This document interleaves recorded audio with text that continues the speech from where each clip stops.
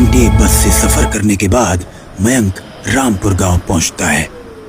बस रुकती है और मयंक उतरता है।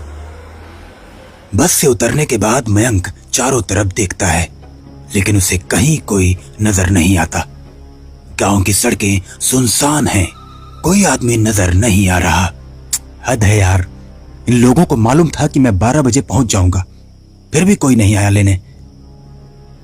मयंक अपना मोबाइल निकालता है और फोन लगाता है। हेलो मोहन, तुम आए क्यों नहीं मुझे लेने, जबकि मैंने तुमको बताया था कि मैं 12 बजे पहुंच जाऊंगा। भारी बैग है मेरे पास, कैसे आऊंगा? और यहां कोई आदमी भी दिखाई नहीं दे रहा। गांव के सब लोग कहां गए? जल्दी आओ। उधर से मोहन ऐसे बोलता है जैसे वो डरा हुआ है। क्या हुआ मोहन, तुम डरे हुए लग रहे हो? कोई बात है क्या? कोई बात है तो बताओ और जल्दी आओ। लेकिन मोहन आने से मना कर देता है और फोन काट देता है। अजीब आदमी है, कुछ बता भी नहीं रहा और गांव में कोई दिखाई भी नहीं दे रहा।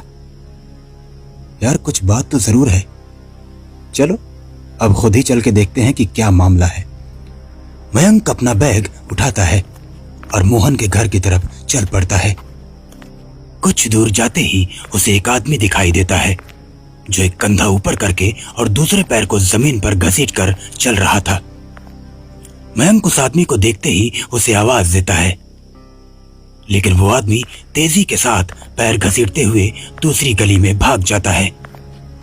रमेश उसके पीछे पीछे भागता है, लेकिन वो आदमी न जाने कहां गायब हो जाता है। क्या अजीब आदमी है यार, बात ही नहीं किया और भाग भी गया। चलो हो सकता है बहरा हो। तभी मयंक को एक औरत दिखाई देती है।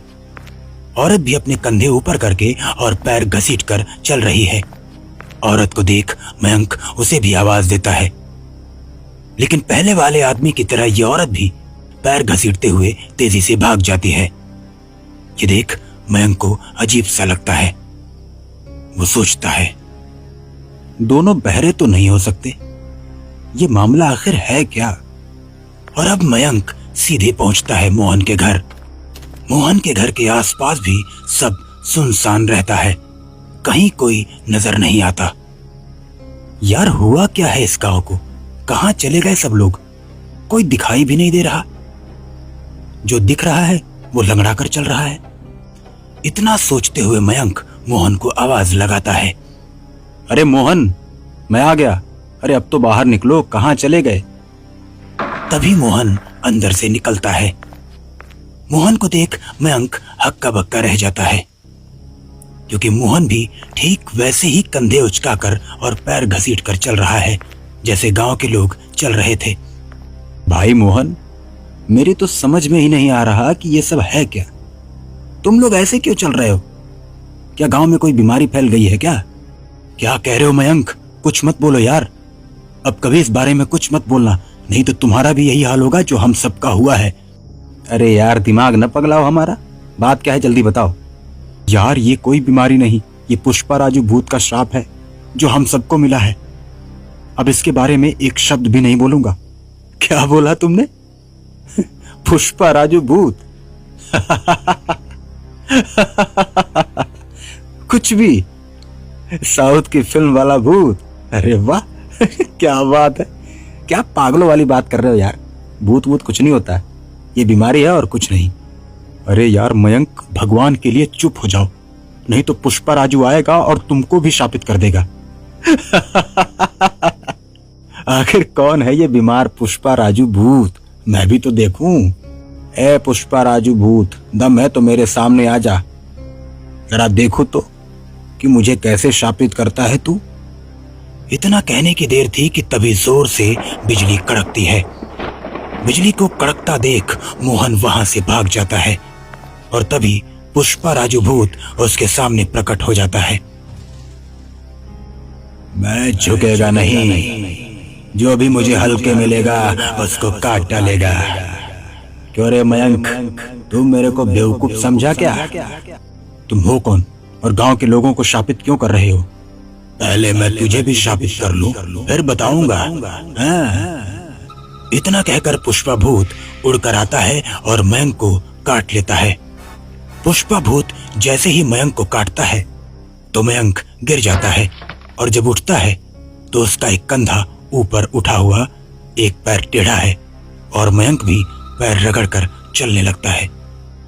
देखा तूने मेरा कमाल, धीरे धीरे पूरी दुनिया को टेढ़ा कर दूंगा। आखिर तुम लोगों के साथ ऐसा क्यों कर रहे हो? जब मैं साउथ की फिल्म देख कर आया था और हीरो की नकल करने लगा था तो मेरा खूब मजाक बनाया गया था।